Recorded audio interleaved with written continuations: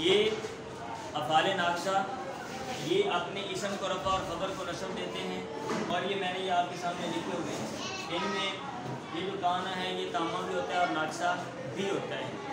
और एक बात ये बता दूँ कि ये जो लईसा, माफ़ता और माज़ाला, इनके अलावा ये बाकी सारे हैं ना, ये तामा भी हो जाते हैं।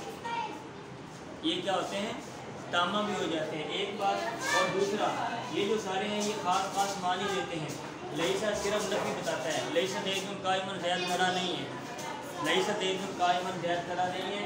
तो ये जो बाकी है मादामा, मनफ़का, माफ़ता, माज़ाला, माबारिहा, ये इसकी मुराद बतलाते हैं। क्या बतलाते हैं? इस्तिमरार। ओए बच्चों यार ख्याल कर लो।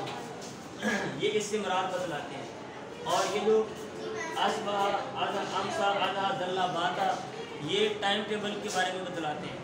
और काना ये ज़माना मादी के बारे में बतलाता है। और अगर करीना हो तो ज़माना हाल के बारे में भी ये इसका माना ये देता है। क्लियर है इतना? चलें स्टॉप करें, हम आगे चलते हैं। कि दरवाज़ा बंद करें। सेव कर लो।